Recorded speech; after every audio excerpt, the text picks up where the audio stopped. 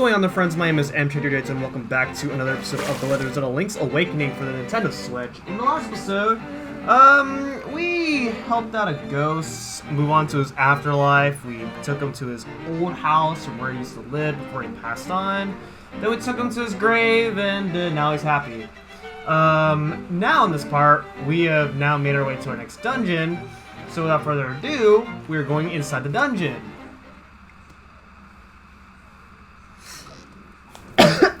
Alright, welcome to Catfish's Maw. Catfish's Maw, oh man, this is by far my least favorite dungeon in the game. There are, I don't, as far as surviving goes, this is definitely the hardest. And the reason being is because there are a lot of really annoying enemies, particularly these enemies. These enemies are Helmosaurs.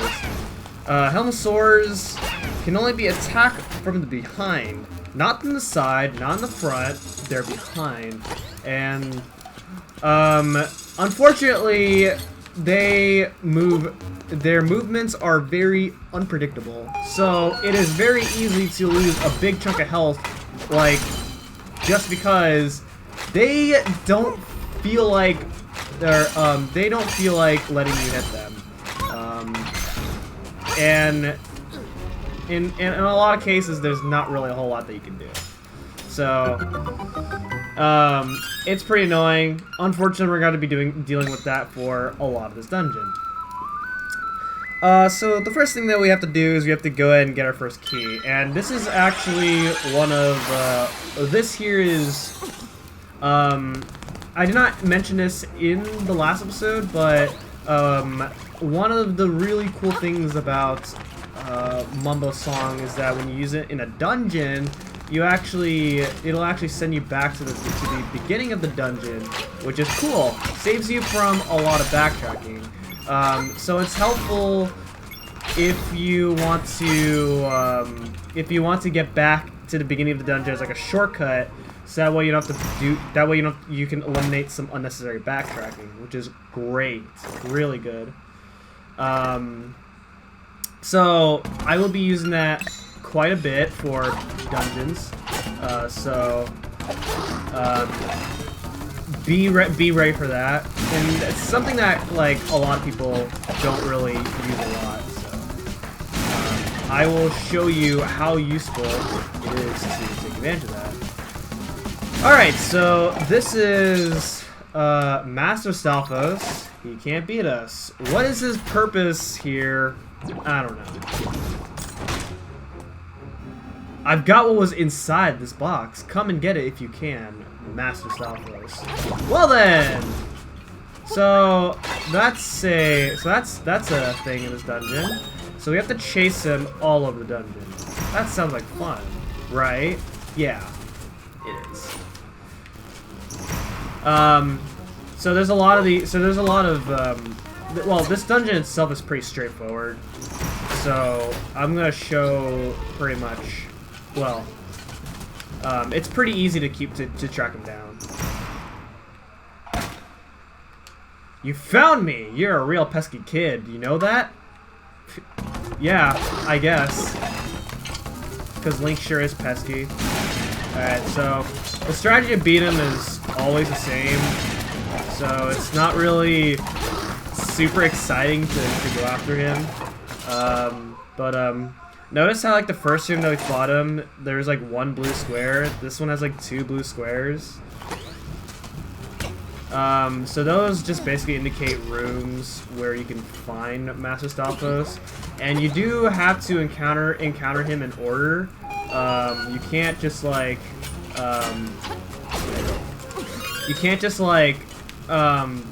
go to one room, because there was another room earlier. I didn't show it off, but there was another room that Master Stalfos can't appear in, but I didn't go to that one because, again, you can't just like know where the rooms are. Well, I mean, it's nice that you know like where to actually go later in the dungeon, but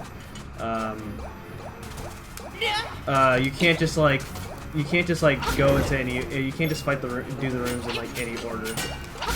Unfortunately, it's just not how it goes. Let's see. Can't get to that chest right there.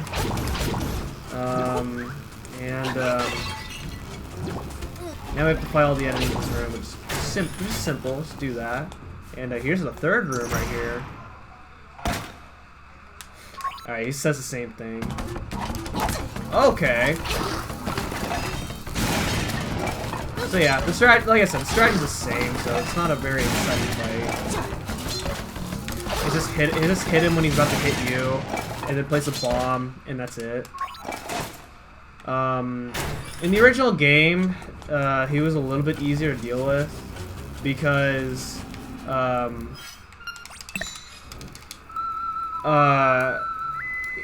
the first time you fight him, it takes 3 bombs.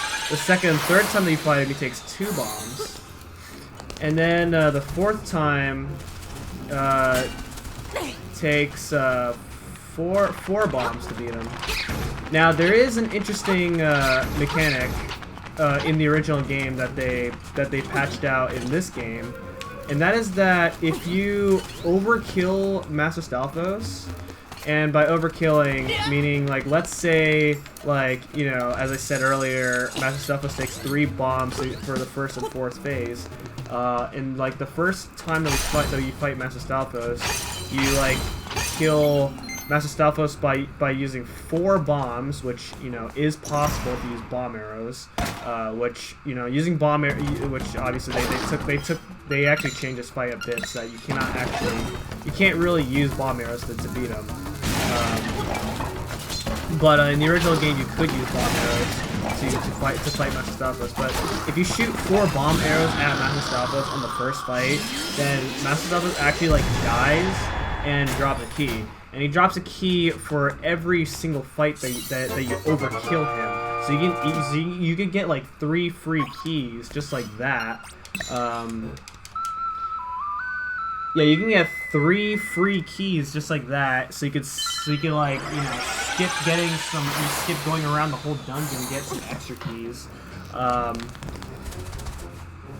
But obviously, of course, they patched that out in this game, so you actually have to fight Master Stalfos properly and get all the keys properly. You know, which is fine because we know a different way around this dungeon. All right, not there. I believe we have to go this way. So we do have to go back because now that we got the hook shot from killing Master Stalfos finally. And that is by heading over here. Actually, before I do that, I'm gonna go ahead and go back to go for a few treasure chests that we missed over. And this chest is easier to get across now that we have the hook shot. Hook shot was like one of my favorite items in this game, and I say one of my favorite items. And that hook shot used to be pretty busted, but that got nerfed.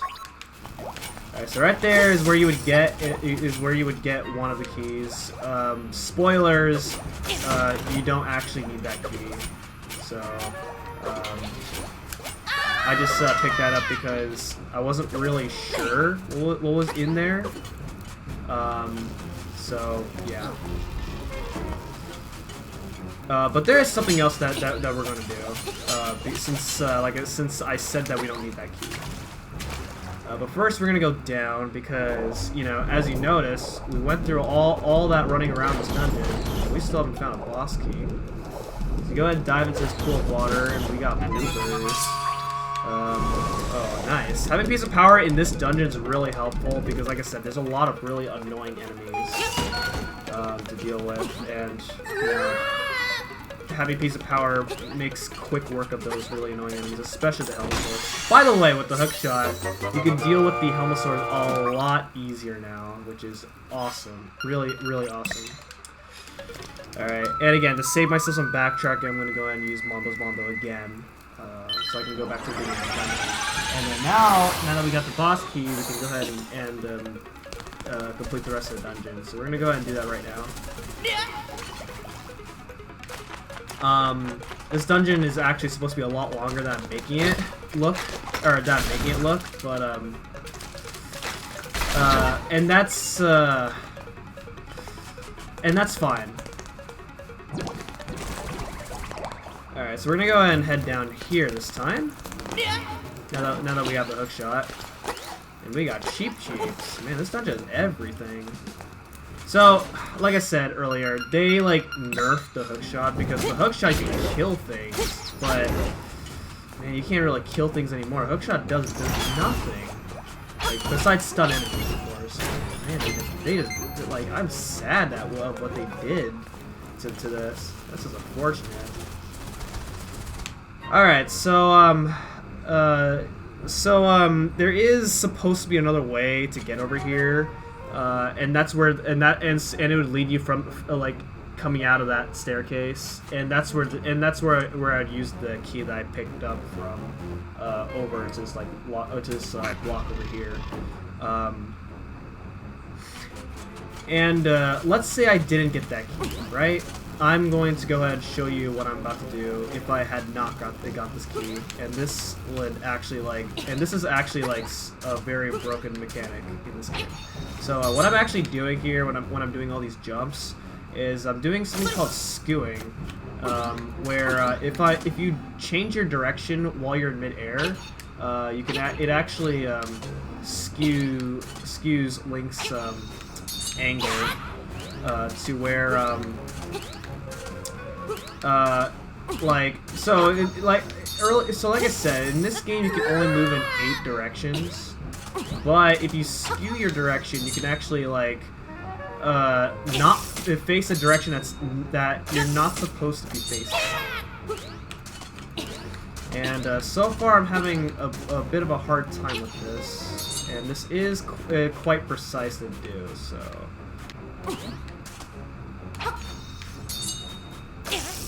There we go. Okay. So make that, and here we are. We are at the boss. So this is what I would do if I didn't get that extra key. And so we made it. And actually, spoilers, I just skipped fighting the real mini boss of the dungeon. And to be honest, I don't actually know what it looks like in this game. I do know what it looks like in original Link's Awakening, but not in this game. I imagine it looks pretty cool, but it doesn't matter to me because we're already at the end of the dungeon. Alright, Slimiel. This guy is annoying. Yeah. That sucks. So if you, wow. Alright. Alright, we're gonna have a pretty hard time with this fight, it looks like.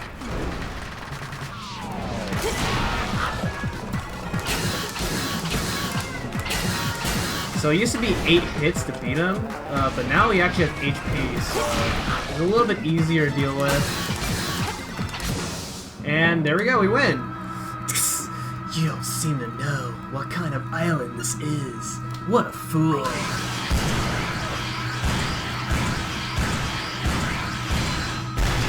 So apparently there is something about Koholint's Island that we don't know about. Does that apply to us? Who knows? But there we go. We beat the dungeon. Had a little bit of trouble, but we did it. All right, get our heart container like usual, and we get the instrument of the dungeon. And this is the Wind Marimba.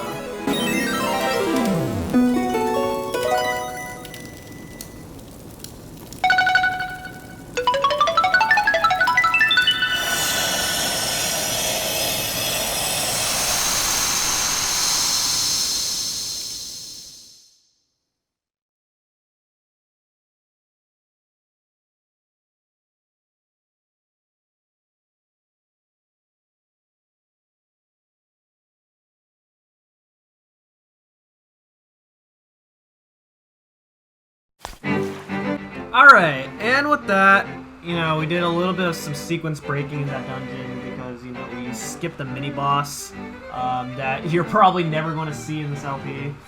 And that's because if you don't need to go into an optional room to save yourself a bunch of time, you don't need to. So, and actually, that would be the part where you need the bow and arrow, because that mini boss I skipped, you need the bow and arrow for in order to beat it. So you technically don't need the bow and arrow for a lot longer now. Actually, this would be the point where you need the bow and arrow. Otherwise, you won't be able to go any further.